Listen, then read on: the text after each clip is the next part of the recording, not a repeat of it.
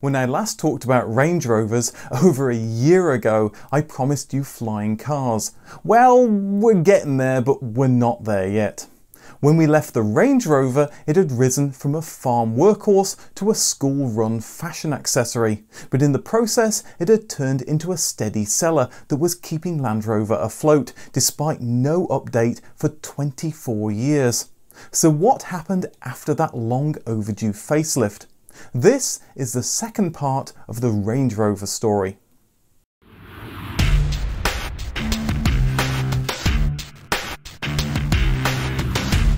Land Rover was owned by the government throughout most of the 1980s, but was sold to British Aerospace in 1988. That same year, the new owners approved a Range Rover update. Even British Aerospace, with their tight fiscal control, realised that the Range Rover wasn't the golden goose that was going to lay forever. After 18 years with no major updates, at some point the competition was going to catch up and the Range Rover would be finished, so it needed money for a refresh, and that refresh needed to be done properly. The new Range Rover wasn't the only new Land Rover in development. The lower priced Discovery had started development 2 years before, in 1986. It would take on the likes of the Toyota Land Cruiser, Mitsubishi Shogun and Isuzu Trooper that were eating into Land Rover's market share. Bringing this mid-level car into Land Rover's lineup would allow the Range Rover to continue its push up market. While the Discovery would use the running gear from the previous Range Rover, the new Range Rover's chassis would be thoroughly updated. The lowly Defender was all but abandoned as Land Rover went chasing more affluent customers. When a car has been around for so long without changing, its shape can become iconic. That happened to the Mini, to the Beetle and to the Jaguar XJ. When the humble London Taxi was updated, the boxy design wasn't embraced to people's hearts like the Austin from the 1950s. Updating a classic design is hard, and it's easy to be on the receiving end of a pitchfork-wielding mob if you get it wrong. Land Rover were aware of this when they tendered for a new Range Rover shape. 5 designs would be considered, from Bertone, partners Hefferman and Greenlee, Italdesign, Pininfarina and from Land Rover's internal design team. These designs were whittled down to just 2, Bertone's and Land Rover's. Customer clinics made it clear that conservative customers wanted the classic Range Rover shape that had been produced by Land Rover's in-house team. However, it's dangerous to let customer clinics guide development. As Henry Ford didn't say, but probably should have, if I'd have asked people what they wanted, they would have said a faster horse. It's hard for customers to make a leap to something new when they want the same comfortable thing they know, only better. Sometimes revolutionary products aren't understood by customer clinics, but are embraced by customers when they're launched. In this case though, the conservative route was likely the right course to take. There wasn't effective luxury off-roading competition at this time. It was clear that the Range Rover was competing not with cars like the Toyota Land Cruiser, but with the BMW 7 Series and Mercedes S-Class. So the interior needed a level of refinement that would allow it to compete with its German rivals. But with a limited budget, this refinement meant delving into the Rover 800 parts bin, and given the limited level of refinement of Rover parts at that time, the Range Rover was always going to be fighting with one hand tied behind its back. The chassis was stiffened with 1990s level crash structures and improved safety such as side impact bars. Further sound deadening made for a quieter, more refined cabin. The previous car had been updated to use air suspension in 1992, and the new car would come with it as standard. This allowed the ride height to be adjusted so it could be low to help with cornering on the open road and high for ground clearance while off-roading. And although the Range Rover rarely went off-road, it sold as one of the finest off-roaders that could go anywhere. So it was important that the new car had all the 4x4 ability the old car had, whilst being better on the highway. Like the classic Range Rover before it, the new car would use the venerable Rover V8 engine, first used by Buick in 1961 and famously used by the Rover SD1. But it was improved and enlarged to 4 litres and 4.6 litres. While the 200 TDI was meant to be the future diesel engine for all Land Rover's cars, the unrefined engine wasn't considered for the luxury Range Rover, even though by the time the Range Rover launched, it had been enlarged to the 300 TDI. Land Rover's quest to find the perfect diesel led them to BMW's M51 six-cylinder, used in their 3, 5 and 7 series. With a tweaked torque curve, it worked well for Land Rover's new 2-ton beast, although it was a little underpowered. While the Land Rover Discovery took just 3 years to make it to market, arriving on the scene in 1989, it would take a leisurely 6 years for the new Range Rover to appear. When it did arrive, the press praised the car, but in truth it wasn't the all-round success 6 years of development should have produced. But it was enough to keep customers flocking to Land Rover dealers around the world. Although development of the Range Rover was started the year British Aerospace took the company over, it would be launched under new owners BMW just 7 months after their takeover in February 1994. With BMW and Rover both producing around 500,000 cars a year, BMW hoped it would catapult them past Mercedes-Benz and allow them to compete with volume car makers Volkswagen. But the jewel in Rover's crown, at least as far as BMW was concerned, was the Range Rover, further expanding BMW's share of the luxury car market. BMW's first plan for the Range Rover was to replace the Rover V8 petrol engines with something from BMW's stable, and to uprate the 2.5 litre diesel engine to 3 litres. Along with this, BMW investigated a super luxury stretch version that could sell for over £100,000. But it became clear to BMW that Land Rover's quality wasn't as high as BMW's. During a blindfolded test, the car's quality was torn apart, and it became clear that the Range Rover wasn't ready for this price category just yet. This also showed that instead of focusing on the 1998 refresh, they should start again with a completely new version. The refresh was scaled back, the new Discovery was delayed, and the Range Rover engine updates were put on hold so Land Rover could focus entirely on delivering a new Range Rover that would have the quality BMW thought it deserved. Rover's evergreen V8 engine would live for yet another day. But this didn't stop Land Rover from producing high-end luxury models for its wealthy clientele. Since 1993, the Range Rover could be customised through Land Rover's autobiography programme, and this continued with a new 1994 model. And it was a popular choice for its rich customers, delivering some much-needed additional revenue. They could choose from any external colour, from a wide variety of the finest leather and wood interior finishes, wheel designs, technology gadgets and other body styling packages. With the autobiography programme a success, Land Rover decided to offer a standardised package as the Vogue SE version in 1998, initially limited to just 220 cars, but that run was expanded with the Vogue being a popular option. But in 2000, BMW had had enough of its British experiment. With one stroke of the pen, BMW sold Land Rover to Ford. It's easy to see why BMW would want to offload Rover, as that was still losing money hand over fist, but it's harder to see why they would want to sell Land Rover. BMW stated the company wasn't making a profit, but that may be due to the massive injection of capital for the Range Rover replacement. But the Discovery, Freelander and Range Rover were popular cars, and if you're not making a profit when your cars are selling well, then you're doing something wrong. Land Rover's portfolio complemented BMW beautifully. The Discovery was a popular 4x4 alternative to cars like BMW's 5 Series, and the Range Rover was bought by 7 Series owners. So why sell Land Rover, especially as it was a marque BMW was so keen to get its hands on just 5 years earlier? It's not clear, but it seems it all came down to money. Rover had been sucking BMW dry to the tune of almost £1 billion every year, and was still losing £2.5 million a day. The English patient that had bankrupted British Leyland in 1975 and continued to lose taxpayer money into the 1980s was still on its deathbed despite BMW's funding. BMW would pay a further £500 million to the new owners just so Rover wouldn't go immediately broke.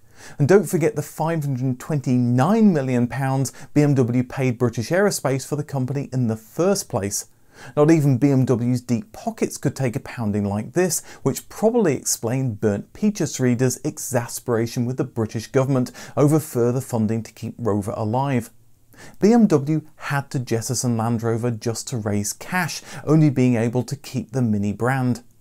So Ford bought Land Rover for a cool £2.3 billion to add to its 1989 Jaguar purchase, despite it supposedly losing money. Ford inherited a new Range Rover that was essentially ready to release, and it had been well funded by a company that knew how to make luxury cars. Ford knew how to sell in the lucrative North American market, which could further expand Range Rover sales. But funding the Range Rover had been done at the expense of the Land Rover Discovery. Development of the new Range Rover had begun at BMW's engineering centre in Munich, as Rover's Gaydon Design Centre was busy on the Mini replacement, but it transferred to Land Rover's Solihull factory soon after Ford's purchase. However, even after Ford's purchase, BMW was involved in the development of the new Range Rover to ensure the car could be brought to market smoothly. One issue Ford had with the new car was the amount of BMW parts it used. Ford negotiated the use of these parts, but soon got to work to remove them so they could use parts they had control over. The new car would use BMW's engines, the 4.4 litre V8 petrol and the 2.9 litre diesel from BMW's 5 Series, all allied to a 5-speed automatic. For the first time, the Range Rover wouldn't have a manual option. It would use the electronics and in-car entertainment system from the BMW 5 Series. As such, the car was much more reliable, both electronically and mechanically, than the outgoing car. For the first time, the Range Rover used a unibody design. Previously, it had used a body-on-frame construction to maximise its abilities off-road. But this made for a heavier car and produced far too much body roll on fast country roads. To ensure the car would still cut it off-road, the car would lean on its air suspension system. The car's ride height would rise to tackle off-road obstacles, and where the previous Land Rover used a live axle that allowed for dramatic acrobatics while off-roading, the new car used its air suspension system to perform similar tricks. The air suspension would also lower while on the open road and could be used to counteract body roll. It was a win-win, and it was more reliable than on the old car where the suspension could lower by itself when not in use. The car continued to get more luxury features, such as multi-zone air conditioning and seats that both heated and cooled. Customer and press reaction to the new car was unanimous. This was the best Range Rover yet. Ford released an updated Discovery in 2004, and they decided to produce an upmarket version as the Range Rover Sport the following year. While initially this seemed to hurt sales of the regular Range Rover, it soon became a second revenue stream for Land Rover, quickly increasing sales of both models. Where Land Rover had sold almost 21,000 Range Rovers in the USA and Europe in 2002, just 4 years later sales of the Range Rover line had more than tripled to 64,000 cars. 2005 was also the year MG Rover had to call on the receivers. Since BMW's 2000 sale of Rover, BMW had held on to the Rover marque name to ensure the new company couldn't use the Rover name in North America, which might devalue the Land Rover brand. In 2005, they sold the Rover marque to Ford, reuniting the Rover and Land Rover brands that had been inseparable since Land Rover's inception in the late 1940s. The 2005 Range Rover offered the 4.2 litre Jaguar V8. The following year, Ford added a 4.4 litre version, deleting the BMW petrol engine. Ford removed more BMW parts from the car, and the infotainment system was updated with one from a Ford-approved supplier. The BMW diesel that Land Rover had been so keen to use in 1994 was swapped in 2007 for a new large Ford diesel that was mainly used for Jaguars and Land Rovers, but also farmed out to PSA for the Citroën C5 and Peugeot 407. This was a much more powerful unit than the outgoing diesel, giving the Range Rover some serious grunt. Its interior was improved with Range Rover Sport parts, and it got better brakes, suspension and four-wheel drive system. With all this work integrating the Range Rover into the Ford family, it was a shock when Ford put both Jaguar and Land Rover up for sale in 2007. From the outside, it didn't seem to make much sense, but Ford had a good reason. Like BMW in 2000, it was in financial trouble. They'd already jettisoned their controlling stake in Aston Martin earlier that year, but they needed to get rid of not just Land Rover, but Jaguar as well. In fact, Jaguar was the main problem. Land Rover was profitable, but if Ford was losing money, Jaguar was hemorrhaging it, to the tune of £476 million per year. The S-Type and X-Type that Ford had such high hopes for had both failed to set the world on fire. With both companies being so intertwined, it made sense to sell them as a 2-for-1 offer. After all, who would buy Jaguar if it was losing so much money? Better to sweeten the pot by selling both companies together. So just 6 years after the BMW experiment had ended, Land Rover found the for sale notice once again hanging outside their factory gates. After a long search, Ford finally selected Indian mega corporation Tata, who offered £1 billion. That might sound like a lot, but it was about half of what Ford paid for Jaguar in 1989 and Land Rover in 2000. Ford was luckier than it knew at the time though, because just months after the deal concluded in 2008, the world was hit by the Great Recession that drove both its American competitors, General Motors and Chrysler, into bankruptcy. After spending big to get the British car company's engineering know-how and to help expand their Indian car operations, Tata was forced to get a £340 million loan from the European Investment Bank to tide Jaguar and Land Rover over while they got Jaguar back into the black. Despite the recession hitting luxury products hard, sales were still strong, and the Range Rover line would be increased with the Range Rover Evoque in 2011. The car had been in development since 2006 and was a major departure for the large luxury Range Rover. It was shorter than the already small Land Rover Freelander.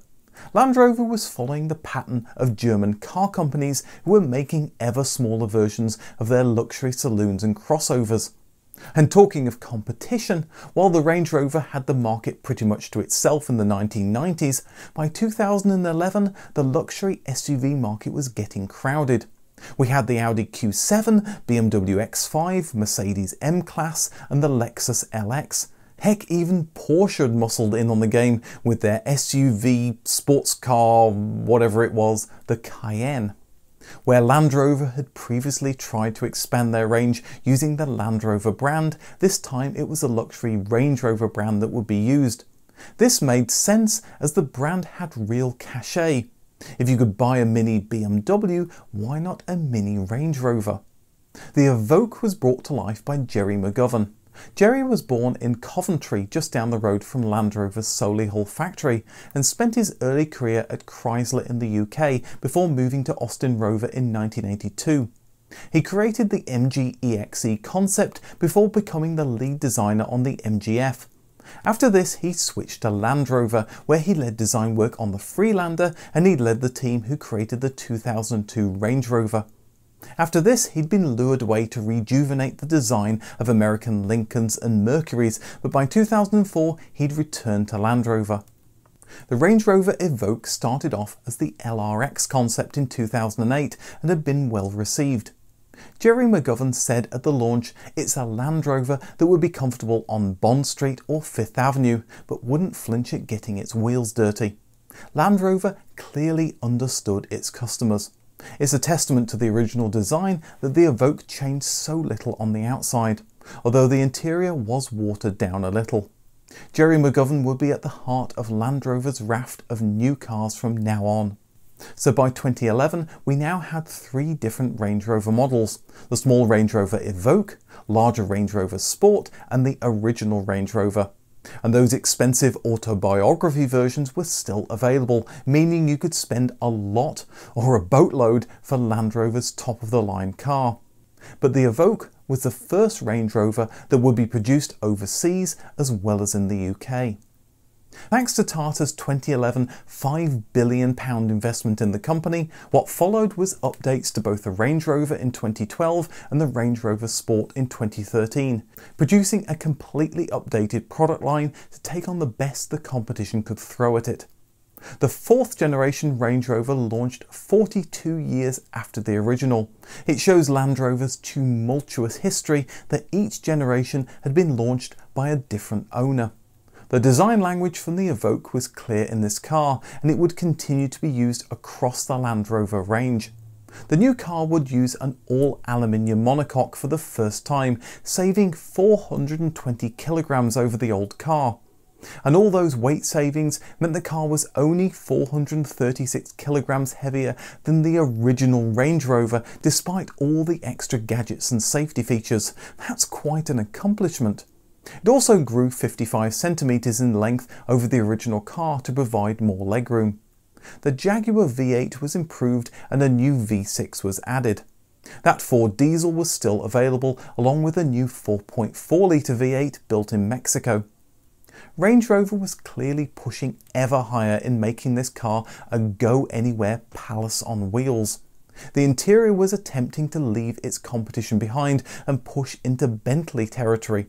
But the new car would have a price to match. The starting price was just shy of £70,000. The car retained its amazing off-roading capabilities. The permanent four-wheel drive used a 2-speed transfer case for high and low gears and was controlled with an 8-speed automatic gearbox.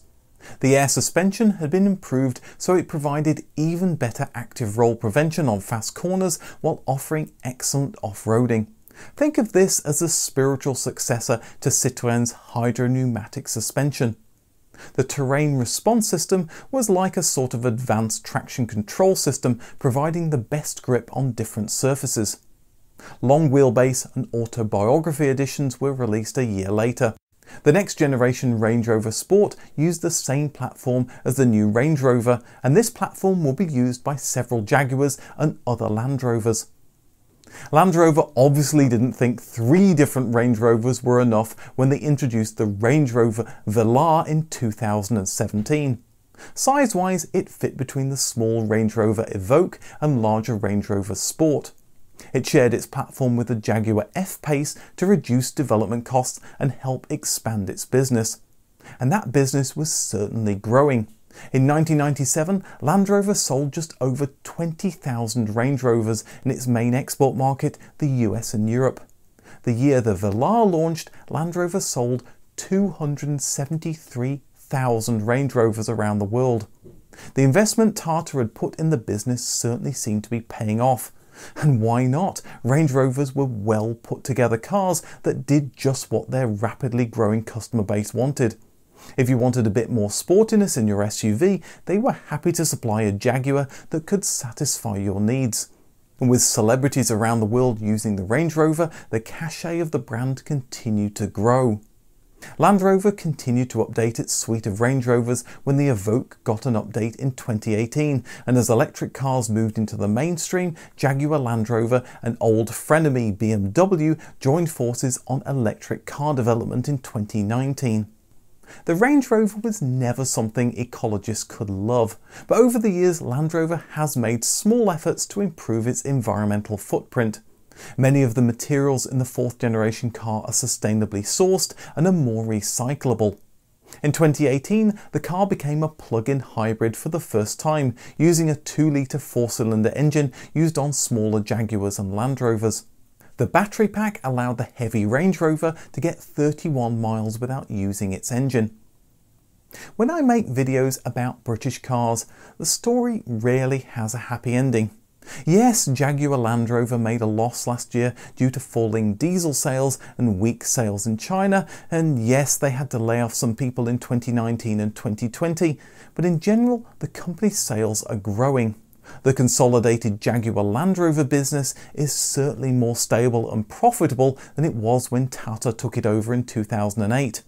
It's grown to be a force to be reckoned with as customers move away from saloons and estates and towards crossovers and SUVs. And the Range Rover itself is most certainly a success story.